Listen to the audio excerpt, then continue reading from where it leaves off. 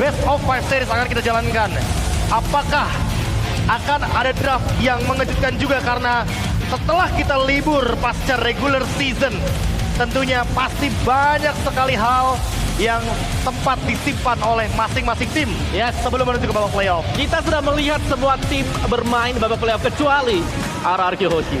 Dan sekarang adalah waktunya untuk mereka juga memperlihatkan apakah mereka memaksimalkan untuk hari libur mereka. Wow. Apakah mereka bisa mempertahankan juara regular season dan mengubah itu menjadi juara MPLID season 14 ya Pak Bulung? Betul, udah lama loh mereka tidak mendapatkan hal tersebut.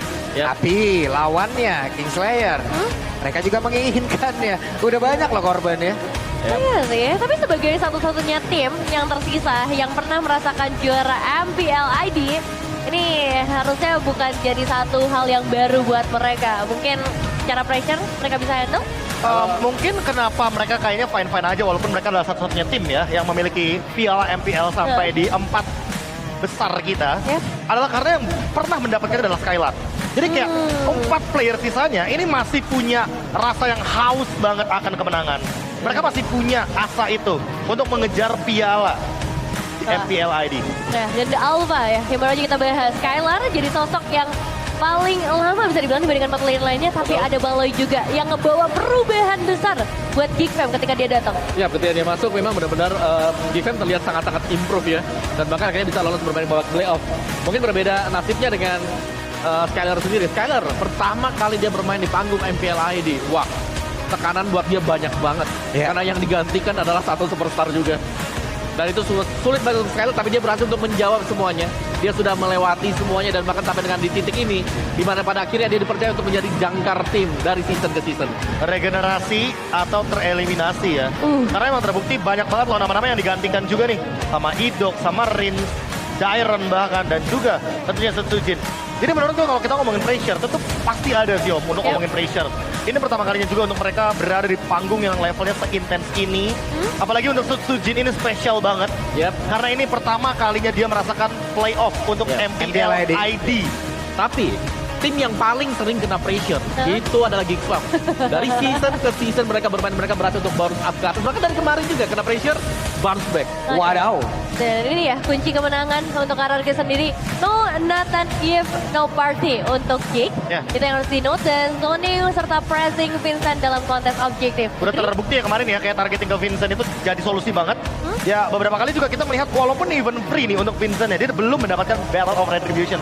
Sehingga Setsujin harus diberikan ruang agar nanti mereka bisa bebas untuk mendapatkan pundi-pundi objektif. Sementara untuk Geekfam, kulik nih permainan early game-nya. Jangan sampai miskin taktik hanya untuk late game.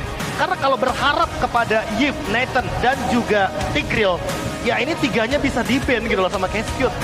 Kembalikan atau memberikan Assassin Cheese Roamer untuk Baloy. Karena seperti kita pernah memperhatikan kayak Natalia, Saber, atau bahkan Hellcat itu bisa jadi senjata untuk Baloyski.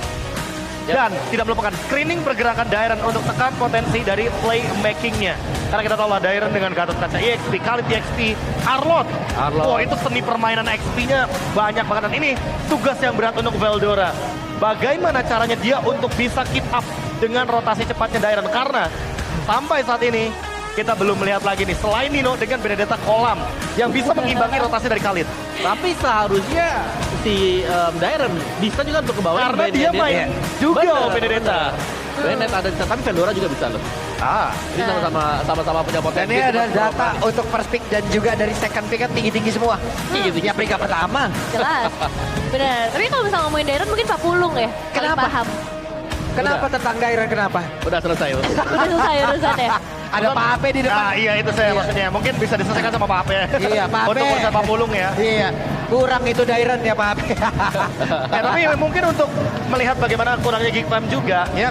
Aku merasa kayaknya Geekfam harus main lebih galak dibanding kemarin.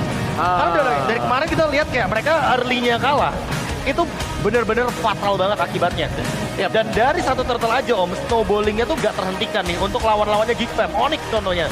Itu kemarin bener-bener nyaman banget. Iya. Sebenarnya aku bisa bilang juga Geekfam mereka cuma nurunin atau membuka satu strata aja sih. If Nathan.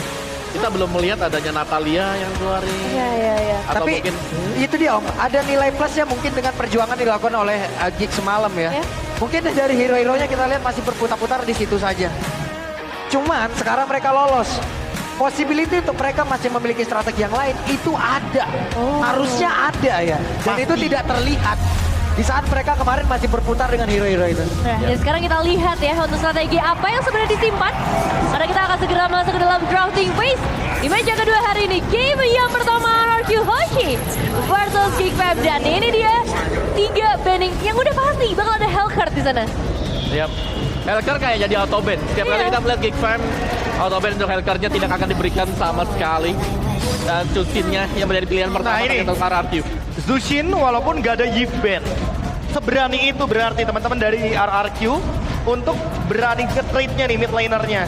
Mungkin aja Zushinnya emang ditugaskan untuk di tempat lain. Yep. Gimana pun caranya pokoknya Zushinnya nggak harus ketemu sama Yves untuk head to head match-up-nya. Tapi walaupun begitu, ngomongin poking damage, Yves emang powerful banget di laning. Yap, Alpha ada. Tapi Nolan. Secepat itu dan seawal itu ternyata, Prof. Ya, Nolan ya untuk targeting ke arah Zushin juga. Dan Gatot Oh. Kaca, Baloyski yang mempopulerkannya. Yap. Tapi ini bisa di tangan Veldora juga ya buat Gatot Kacanya dia. Tapi balik ini adalah sebuah pendekatan yang berbeda lagi Hah? yang dibawakan dengan Geek Fam.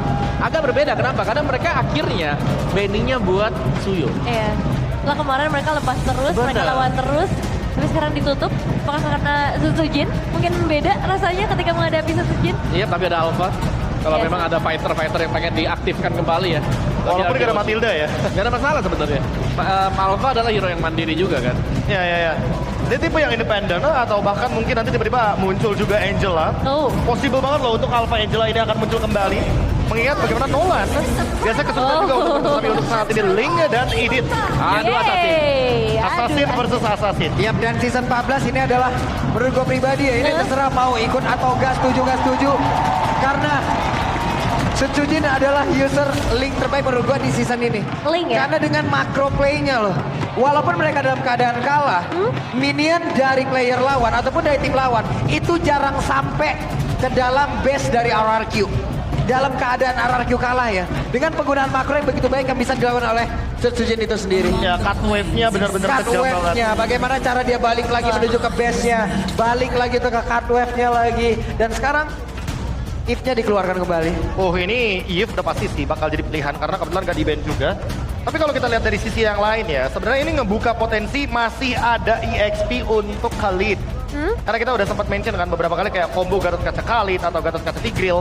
Sebenarnya memungkinkan banget loh untuk Tigreal tetap dibawakan. Tapi mungkin hero-hero gold laner-nya ini yang bisa connecting juga di early game sama Geek Fam-nya nih dengan 3 hero yang sangat-sangat ofensif di awal game. Iya. Kayak mereka sebenarnya ya mungkin dari RRQ harus mencari jalan sih untuk tim fight mereka sendiri. Heeh. Tapi mereka udah punya satu Link yang bisa langsung berada di samping dari Eve. Karena tinggal mencari partnernya yang bisa bermain mungkin EXP lane ya, yang bisa langsung di samping Eve. Mungkin seperti Khalid yang memang menjadi power, atau salah satunya Benedetta juga masih ada. Yuichong bahkan masih tersedia. Fight for the ultimate. Hildanya ditutup. Hilda Ben. Hilda ya. Dijaga assassinnya.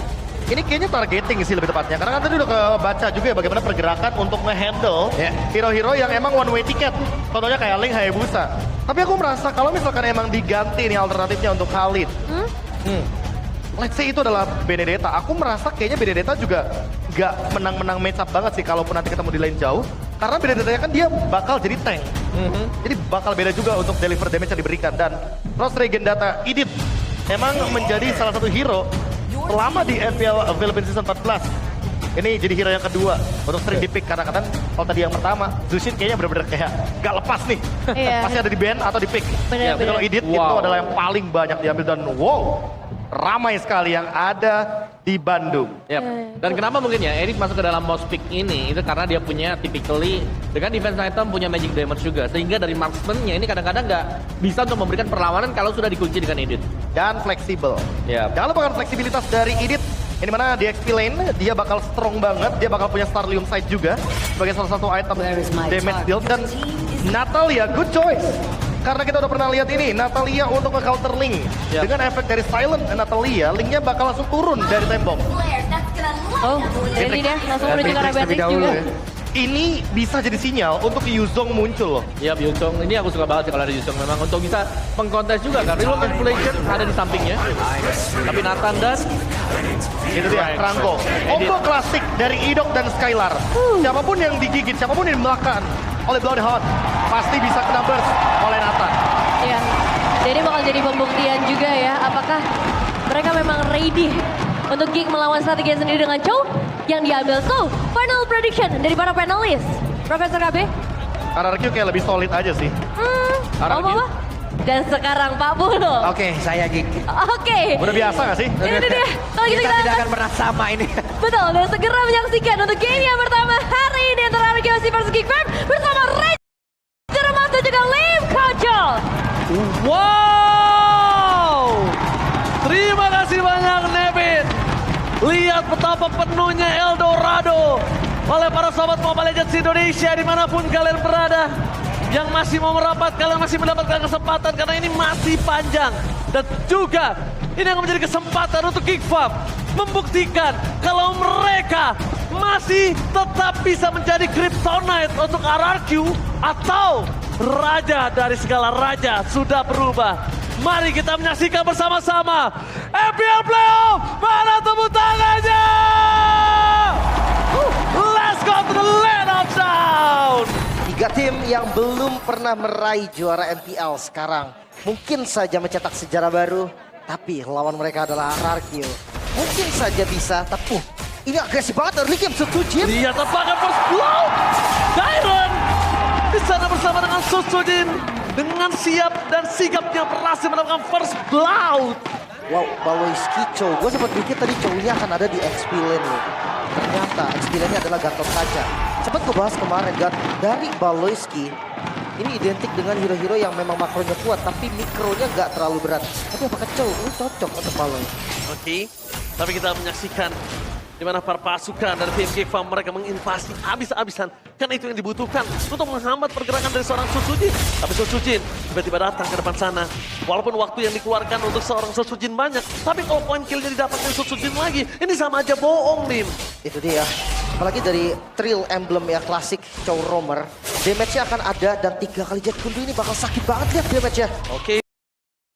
Lihat, damage-nya terlalu sakit. Zoning out yang diberikan waktu untuk seorang Susujin. Tapi Retribution dan Vincent telah keluar. Dan bahkan kita lihat Oh, sana. dapat. Dapat. Hampir saja mereka berhasil mendapat keuntungan. Tapi informasi terlihat, tapi Idong! Almost is never enough. Kali ini Baloyski standby untuk Senpu yang dia miliki. Masih belum menurunkan range juga ya untuk membantu posisi dari Sujin. Tapi level 4 masih tetap bisa digapai. Masalahnya ada di Turtle. Apakah Turtle pertama ini menjadi objektif untuk RRQ atau bakal di mirror? Ya kayaknya harusnya Susujin masih punya power dari Purple-nya karena Purple-nya baru dapat jadi masih lama. Dan untuk para pasukan dari tim Geek Fam mereka tinggal melakukan setup supaya Vincent bakal masuk dengan legowo menuju ke arah Turtle. Tapi nggak segampang itu karena Dairon sudah ambil kendali di Turtle-nya, di reset dan wah Baloyski. Ini benar-benar menjadi mata untuk Geek Fam. Yes, menjadi mata untuk Geek Fam. Tapi lihat di depan sana, Baloyski distraction telah dikeluarkan. Baloyski terkena 2 damage turret ini nggak baik banget untuk dirinya. Karena walaupun memang hanya setengah darah, tapi itu bukan darah yang cukup untuk menahan damage yang diberikan oleh para pasukan dari tim RRQ. Masuk di level 4, Way of Dragon ready. Idok dikit lagi level 4 juga masih membutuhkan waktu. Tapi dari keduanya setup akhirnya Geek mereka yang tarik. Yes, tapi ini kalau kondisi dari Susujin, dia berada di level 5. Di depan sana karena adanya satu pembunuh dihantam banget power of retribution. Bakal dibalaskan Susujin. What take over from Susujin. Lihat Vincent, bakal satu poin kill dapatkan sama Vincent. Susujin masih mau lebih. 2 poin kill dapatkan. RRQ menghajar habis Geek Fam. Backline mereka tidak ada yang tersisa. Wow, Turtle yang berhasil diambil. Bukan hanya Turtle, poin kill pun mereka ungguli Geek Fam. Setup yang mereka lakukan sayang sekali gagal. Wow, only 7 yang percaya kali ini kalau Geek Fam mampu menumbangkan dan tidak mati yang mantap. Idok berhasil mendapatkan 1/2 Elf Dragon menjadi seorang Idok. Penetrasi yang sangat sakit berhasil membalikkan kembali kanan. Malah keuntungan di tangan dari Geek Fam. Dan Geek Fam butuh menampar sisa caster yang bertugas. Iya dengan 4 suara tadi ya. Tapi hadir lagi Sujin tempo yang gak pernah turun. Oke, Cari. tapi Kadera Dicari. bakal coba dicari. Di mana Kadera berada, lihat basic attack saja. Dan Skylar yang dapetin poin killnya, ini yang bahaya. Mendingan poin killnya di tangan Susujin dibandingkan Skylar. Mungkin tadi kelihatan ya dari Idok tumbang, tapi dia ngebuang flickernya. Tanpa ada flicker, Cadera langsung menjadi target juga. Sujin, mereka selalu tahu nih kemanakah Sujin harus landing. Ya, Susujin harus landing. Tapi Rins kali ini lihat dia berhasil untuk memberikan sedikit gerakan perspektif untuk para pasukan dari tim Geek Farm yang coba untuk mencuri dirinya di area mid lane. Hunter Strike dan juga Berserker Fury nih sama-sama udah punya satu item dari kedua jungle-nya. Tapi kalau kita lihat gold lane, Sky Piercer loh untuk Cadera. Dia pengen cari point kill yang sebetulnya sekarang belum ada gerakan-gerakan ganking nih. Dan bahkan kalau menurut gua gak terlalu worth it sih. Gak terlalu worth it kalau dia langsung menggunakan Sky Piercer seperti ini. Sedangkan Saltora di area bottom lane, maka coba dipaksa untuk Avatar of Guardian-nya. Memang terlalu sakit, tapi itu dia Susuji cuma mainin poking karena dia tahu Turtle di arah top lane, nanti Veldora akan sedikit terlambat. Tapi bahkan gak dikasih pulang, Revitalize-nya tertrigger. Ketika Revitalize tertrigger, informasi yang didapatkan oleh seorang Susujin di sana. Mencoba untuk menghindari seorang Baloyski. Wild Dragon, mendekat ke belakang, flicker for defensive. Tapi nampaknya Kadera terperangkap di depan sana. Dairon berhasil mendapatkan satu poin kill, penting semua terdistraction yang ada di Dairon. Waktu yang cukup banyak diberikan oleh seorang Dairon. Bahkan Baloyski tidak ada lagi. Wild Dragon, turning out, Vincent, depankan Susujin! Susujin! Berhasil men-take over. Lagi dan lagi Vincent kehilangan turtle mereka. Berhasil didorong tadi oleh Skylar. Super position yang akhirnya membuat Vincent gagal untuk mendapatkan turtle dan lagi-lagi tetap dipegang oleh RRQ dari tempo. Keuntungan mereka pegang segalanya. Namun hati-hati di Baloy, dia nggak pernah lepas. Oke, tapi di pasar dengan ada pemulihan. Wallace tinggal coba untuk bisa bertahan. Dan Michael tapi dengan sana Susujin. Vincent benar-benar harus lebih fokus. Vincent tidak boleh memberikan satu retribusinya secara sia-sia lagi. Karena dari tadi Vincent sudah dibukakan jalannya, Lim. Itu dia. Dan zoning dari Baloy, jujur. Ini pasti menjadi hari yang sangat menjengkelkan untuk Susujin. Ditempel terus dari level 1 bahkan. Dan wow, 92%. Wah, gila. Berbanding 8. One by one situation, bukan hal yang baik. Dan bahkan di depan sana Susujin bisa saja menumbangkan sana Vincent, tapi trigger disiplinnya berhasil didapatkan. Dan Wild Striker, Dairon! Kali ini Dairon tidak akan disia-siakan. Satu point kill. Kemana double sound power defensive telah dikeluarkan Susujin survival straight out. Siapakah peringatan? Double kill didapatkan oleh seorang Kadera. Tabungan Sky Piercer yang sangat-sangat baik untuk early dari Cadera. Masalahnya di posisi lain Skylar sampai dapetin orange buff-nya loh. Ini namanya mirroring yang sempurna. Karena di bagian bawahnya gak hancur juga dan bakal di defense. Wow, ini mengerikan sekali sih kalau menurut saya. Permainan dari tim Geek Farm, mereka benar-benar membawa game ini supaya bisa bermain metode late game. Tapi itu juga bukan jawaban masalahnya, Lim. Makanya. Jawaban metode late game bukan ada di tangan dari para pasukan tim Geek Farm. Sedangkan saya melihat kuatnya mereka di metode late game itu ada di RRQ. Tapi jangan lupa Ji, defensif dari Geek Fam. Bahkan kemarin mereka menang atas Fnatic Onyx pun itu karena defensif mereka yang begitu kuat. Tapi Nathannya dicolong, itu problemnya. Ya seenggaknya masih ada Aboy dan Baloy. Wild Dragon, sekarang Dairon kembali.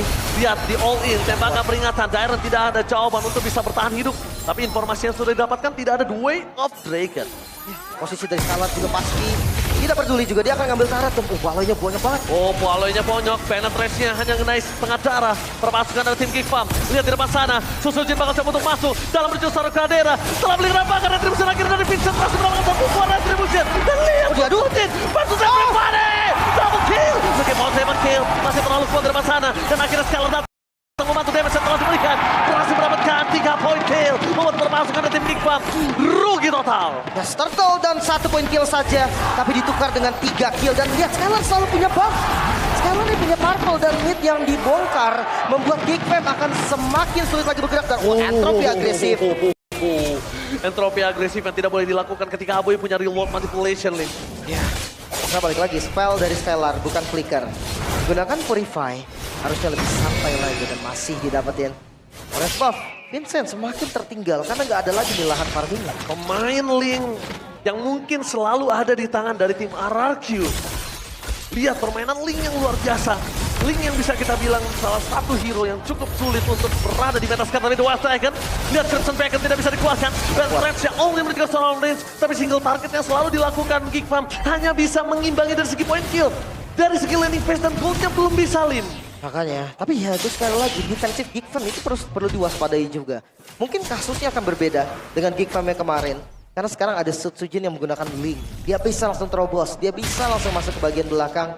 Jadi bukan hanya front to back. Mungkin kalau front to back ada di Skylar, dia bisa ngasih damage-nya Holy Crystal juga udah jadi. Wah, ini udah eksplosif banget damage-nya. Tapi untungnya Vincent nggak terlalu jauh sih dari segi goldnya, Lim. Masih bisa ngejar kok dalam under seperti ini.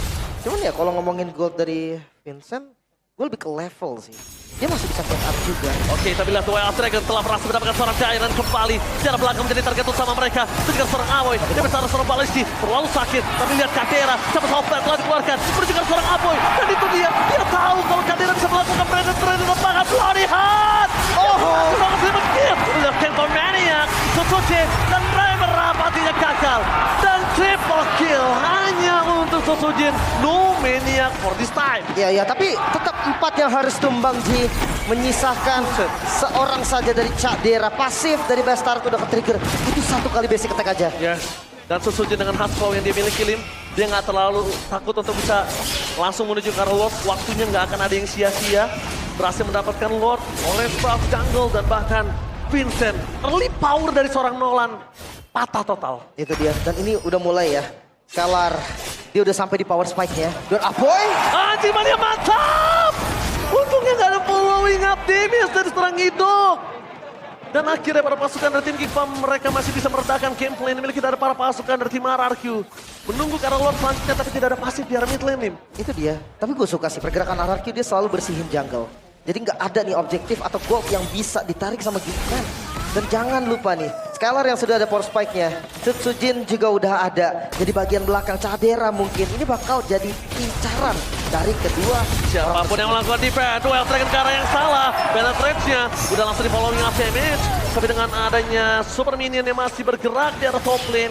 Masih bisa untuk mereka hajar dan untung pasif dari Bastard dan Geekfam masih ada. Masih bisa di defense harusnya. Dan Veldora, dia harus benar-benar responsif. Ketika ada inisiasi yang dilakukan juga. Lim, mata menuju ke arah Idok, Lim. Lim, mata menuju ke arah seorang Idok. Tapi Kadera! Kadera! Bahkan dilakukan secara berpasukan dan tim RRQ berhasil melakukan clear di arah backline mereka. Sosojin bisa melakukan double kill. Double kill looking for Maniac. Again, tidak ada Maniac untuk Sosojin. Di depan sana menuju ke base. Mereka nggak peduli apapun terjadi sekarang melakukan sounding untuk seorang Aboy. Fokus ke arah base dari Sosojin dan bahkan Raja dari segala Raja menghancurkan Geekfam di game yang pertama. 11 menit saja. Yap, hanya butuh waktu 11 menit. Dan itu waktu yang sangat cepat. Game pertama yang sangat-sangat manis terlihat dari RRQ. Bahkan defensif Geekfam yang terkenal begitu kuat sampai mampu menggunakan Fnatic Onyx. Ternyata gak bisa.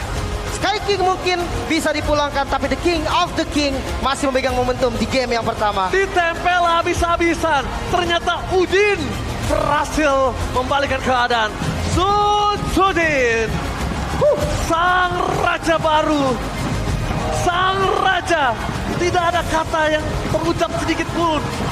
Bukan hanya berdarah dingin, tapi dia raja yang tidak bisa ditebang. Itu dia, pilar baru dari RRQ yang dimana regenerasi mereka cukup ekstrim. Banyaknya player baru yang datang, tapi ternyata mereka buktiin sekarang ada di playoff.